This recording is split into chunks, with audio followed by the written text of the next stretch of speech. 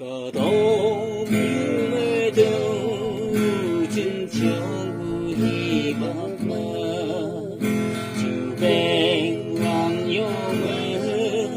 chín tê gần với vô như cùng đi mong mây cây gần yang vui bò chính hay ngân cây xa là sân nhi ở chỉ bò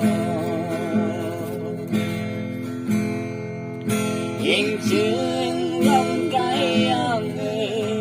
mong cần lòng cái vui làm ơi nhớ ơi cứ ba ở xa ang yang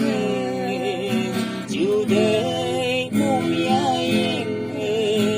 mang sợ kem mình đưa nhỏ anh hơi như con vào bữa nắng yêu chân chi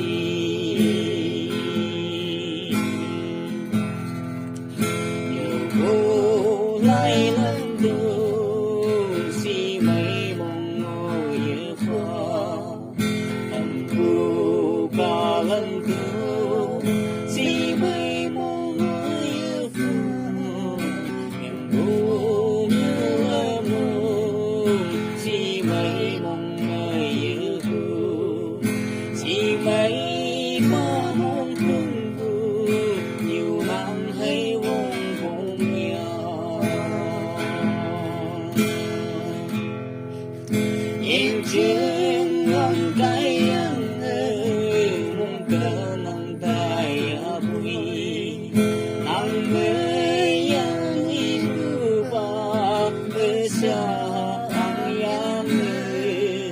chiều đời mong ya yên nắng xa kem mình đưa nhau anh như con bao bữa nắng yêu chân si